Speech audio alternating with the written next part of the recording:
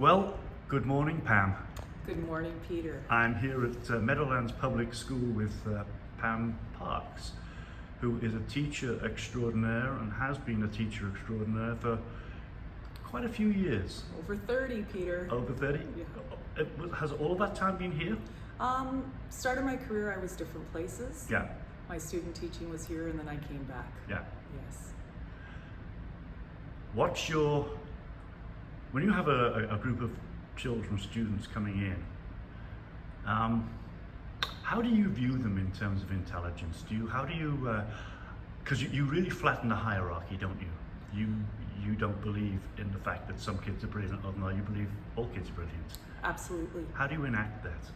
Well, we start with a multiple intelligence survey, and just to highlight that we all are brilliant, and there's so many different ways to be intelligent, if we want to use that word.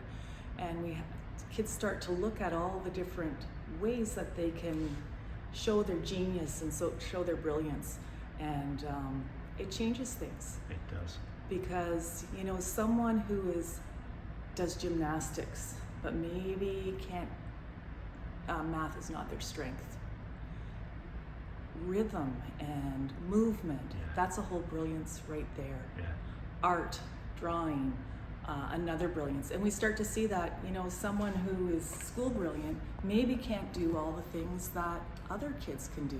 Yeah. So it's really, we all have all the intelligences, but we all have them in varying degrees. Absolutely. And math and, the traditional celebrated ones at school aren't the only ones. No, they're certainly not. And so that's a focus. So moving through the connection here, I see you're into Genius Hour.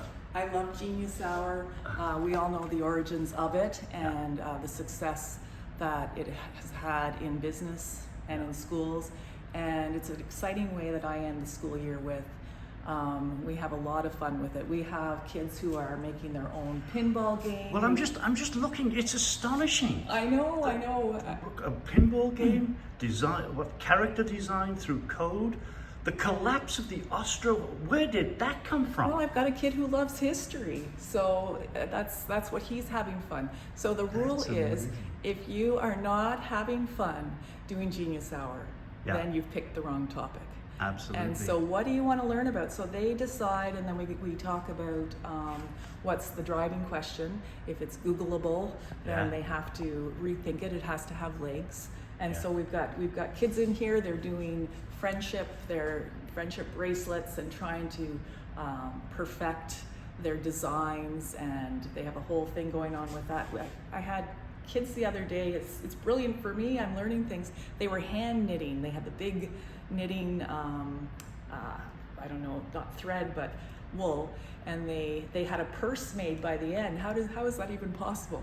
It's brilliant. Isn't it brilliant? And you see also, and it's also, every time I've been involved, it's surprising. It is surprising, and every year you it's have no totally idea where these kids are going to go. And what I love about it too, I've come across this so many times, the topics sometimes that they come up with, nobody in the school has got a clue. No. Which takes you immediately to community. That's right. And then there's always people in the community who are only too happy to come in. For sure. Genius Hour. And it takes you to a bigger concept of community in the classroom. Yeah. And for all these kids to celebrate each other, and there's just a buzz as they're working, and there's no judgment on the topics. It's just, wow, that's super cool. And so, that sense of community that starts day one, when kids come in the classroom, and how do you build that, and how do you forge that? And that is my passion. Kids cannot take risks, they can't learn at school unless they feel safe, cared about, and you've built a community in that classroom. So that's important too. And Genius Hour is sort of the culminating fun part. I think it's more than important. I think it's critical. It's not only critical, Peter, it's foundational. Yeah. And if we don't start realizing that,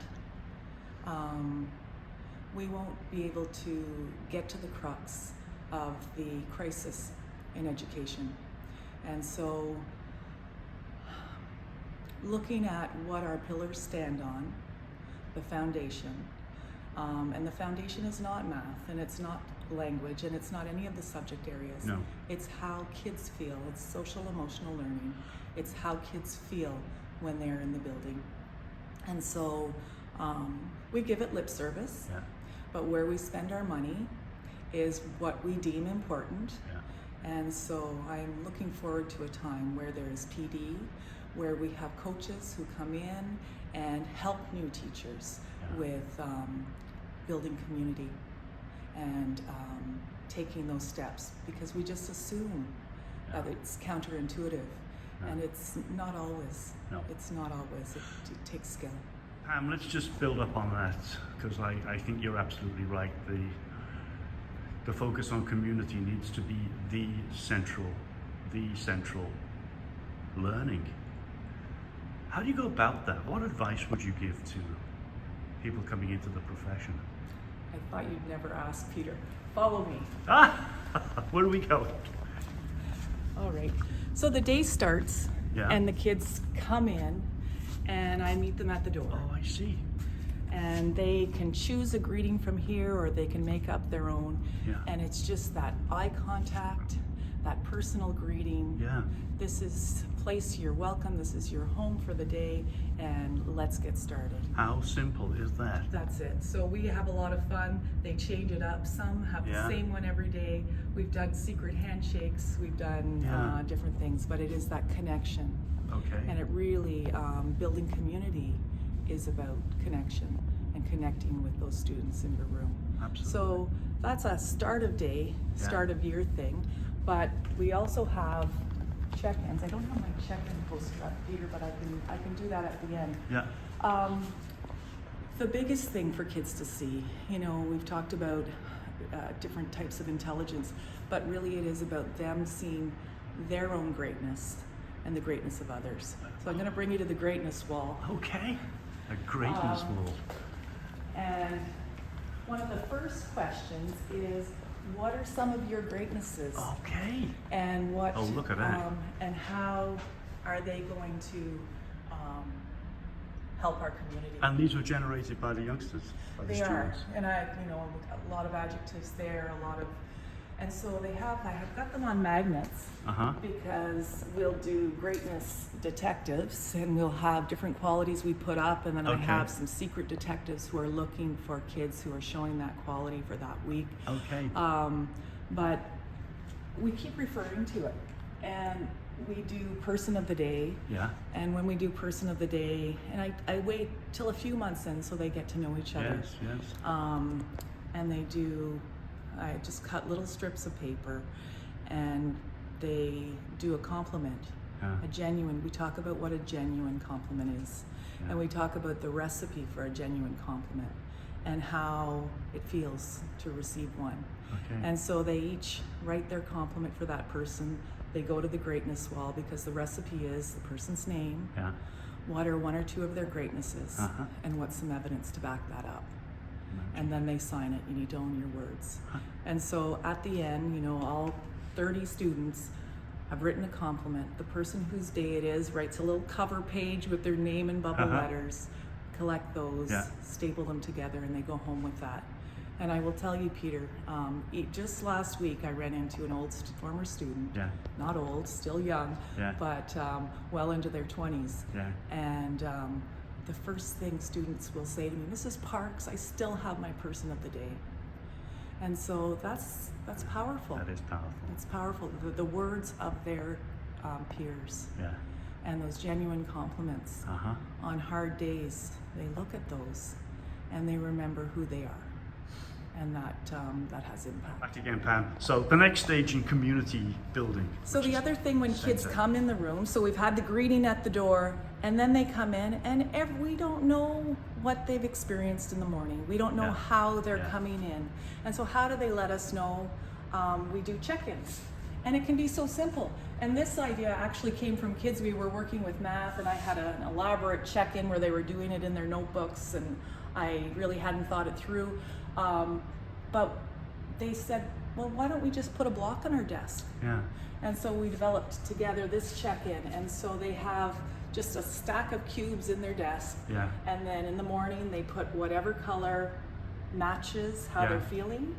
And they put a white cube with it if they want a conversation with me, for me to go and talk. But I can just do a quick look and see who's having a rough morning. How well does it work in practice? It works very well. It works very well. Like everything else, it doesn't work the whole year. No. So I start out with this, and then it kind of dies off a bit, and then we have to resurrect it or change it a little bit. But this is one thing we've used for checking in. Yeah. But it really, you do need those quick ways of assessing where your students are emotionally.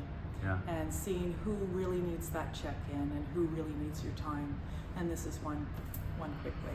Thank you. It's my $1 million question, Pam.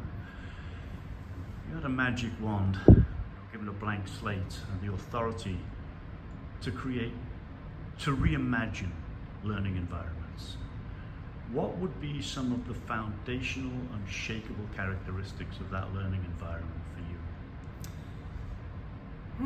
That is a $1 million question, Peter. And I would always relate things back to social emotional learning, to connection.